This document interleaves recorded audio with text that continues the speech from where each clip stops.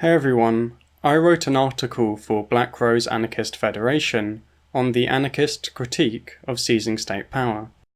If you want to learn more about Rose Anarchist Federation and the amazing work they do, make sure to subscribe to their YouTube channel and watch their series A Year in Popular Power, which goes through some of their recent experiences of organising and is really worth checking out. In this video, I'm going to read out the article I wrote for them, which is called Means and Ends, the Anarchist Critique of Seizing State Power. It goes as follows. The anarchist critique of seizing state power is often caricatured as being based on an abstract moral opposition to the state that ignores the harsh realities we are currently facing. Upon carefully reading historical anarchist authors, however, one discovers that the real reason why they argued that revolutionaries should not seize existing state power was because it was impractical for achieving their goals. These practical arguments were grounded in their understanding of society. Anarchists held that society was constituted by human beings with particular forms of consciousness, engaging in activity, exercising capacities to satisfy motivational drives, and in so doing simultaneously transforming themselves and the world around them. For example, when workers go on strike, a number of fundamental transformations can occur. Workers can develop their capacities by learning to engage in direct action and self-direct their lives, acquire new motivational drives, such as the desire to stand up to their boss or become a dues-paying member of a union, and transform their forms of consciousness, by which I mean the particular ways in which they experience, conceptualize, and understand the world, such as coming to view their boss as a class enemy, or realizing that to improve their situation, they have to collectively organize with other workers. Through engaging in such activity, workers not only transform themselves, but also develop new social relations. They form bonds of mutual support and solidarity with fellow workers while they transform the social conditions under which they live, such as earning better wages or making their boss afraid of them. This is often called the theory of praxis or practice, and it is one of the many theoretical commitments that anarchists and Marx have in common. For anarchists, one of the main consequences of the theory of practice was that there is an inherent connection between means and ends. The end goal of anarchism, free or libertarian communism, is a stateless, classless society in which workers collectively own the means of production and self-manage their workplaces and communities through councils, in which everyone has a vote and a direct say in the decisions that affect them. These councils would coordinate action over large areas by associating together into a decentralized system of regional, national, and international federations, in which as many decisions as possible were made by the local councils themselves. This would be achieved through regular congresses at a regional, national, and international level, in which councils elected instantly recallable, mandated delegates to represent them. Crucially, delegates would not be granted the power to make decisions independently and impose them on others. Decision-making power would remain in the hands of the council who had elected them. Such a society would be reproduced over time by human beings engaging in these forms of activity, and in so doing continuously creating and recreating both communist social relations and themselves as people with the right kinds of capacities, drives, and forms of consciousness for a communist society. For example, under communism, workers within their local councils would make decisions through a system of direct democracy in which every member has a vote. Through participating in these local councils, they would not only make decisions, but also reproduce themselves as people who are able to and want to make decisions in this manner, such as being able to effectively take minutes, formulate proposals that people will support, and make sure that a small minority of people do not do all the talking in meetings.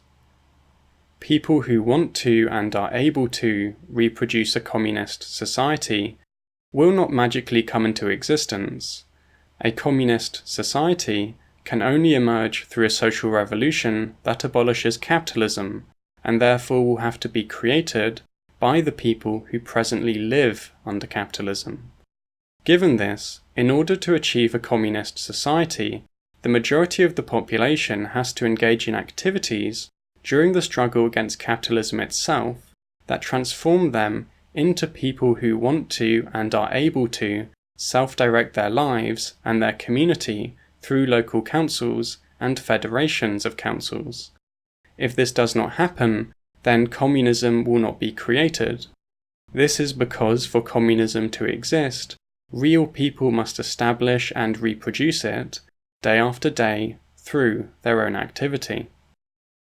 Revolutionaries therefore have to use means that are constituted by forms of practice that will actually transform individuals into the kinds of people who will be able to and want to create the end goal of communism. If revolutionaries make the mistake of using the wrong or inappropriate means, then they will produce people who will create a different society to the one they initially intended. To quote Malatesta, "It is not enough to desire something. If one really wants it, adequate means must be used to secure it, and these means are not arbitrary, but instead cannot but be conditioned by the ends we aspire to and by the circumstances in which the struggle takes place.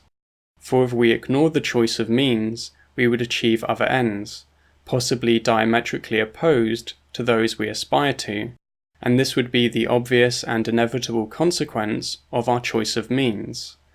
Whoever sets out on the high road and takes a wrong turning does not go where he intends to go, but where the road leads him." Anarchists viewed seizing state power as a road that would lead the working class to a new form of authoritarian class society, rather than the intended goal of communism. To understand why, we need to first understand what anarchists meant by the state. Through an in-depth analysis of the state as an actually existing social structure, both historically and at the time they were writing, anarchists came to define the state as a hierarchical and centralized institution that uses professionally organized violence to perform the function of reproducing class rule. The state so understood was wielded by a political ruling class, generals, politicians, high-ranking civil servants, monarchs, etc., in their own interests, and in the interests of the economic ruling class, capitalists, landlords, etc., against the masses. Kropotkin, for example, writes that the state, quote, "not only includes the existence of a power situated above society, but also of a territorial concentration and a concentration of many functions in the life of societies in the hands of a few. A whole mechanism of legislation and of policing is developed to subject some classes to the domination of other classes." The state is therefore, quote, "the perfect example of a hierarchical institution developed over centuries to subject all individuals and all of their personal groupings to the central will. The state is necessarily hierarchical, authoritarian, or it ceases to be the state." Anarchists argued that the state, like all social structures, is constituted by forms of human activity, and so participating in the state produces and reproduces particular kinds of people and particular kinds of social relations. This occurs irrespective of the intentions or goals of people, because what matters is the nature of the social structure they are participating in, and the forms of activity this social structure is constituted by and reproduced through. For Reclus, socialists who enter the state, quote, "have placed themselves in determinate conditions that in turn determine them. Those who wield state power will therefore engage in forms of human activity that will over time transform them into oppressors of the working class, who are concerned with reproducing and expanding their power over other people." Anarchists held that this process of socialists being transformed into oppressors would occur both to socialists who are elected into the currently existing capitalist state, and also to socialists who attempt to seize the existing state via coup and transform it into a workers' state. Anarchists thought this would occur for two main reasons. Firstly, the state is a centralized and hierarchical institution in which a political ruling class monopolize decision-making power and determine the lives of the majority who is subject to their rule. The minority of socialists who actually exercise state power will therefore impose decisions on and determine the lives of the working class, rather than enabling the working class to self-direct their own lives. In Malatesta's words, quote, "Whoever has power over things has power over men. Whoever governs production also governs the producers. Who determines consumption is master over the consumer. This is the question. Either things are administered on the basis of free agreement among the interested parties, and this is anarchy, or they are administered according to laws made by administrators, and this is government, it is the state, and inevitably it turns out to be tyrannical." Secondly, through engaging in the activity of wielding state power, socialists will be corrupted by their position of authority at the top of a social hierarchy, and be transformed into people who will neither want to, nor try to, abolish their own power over others.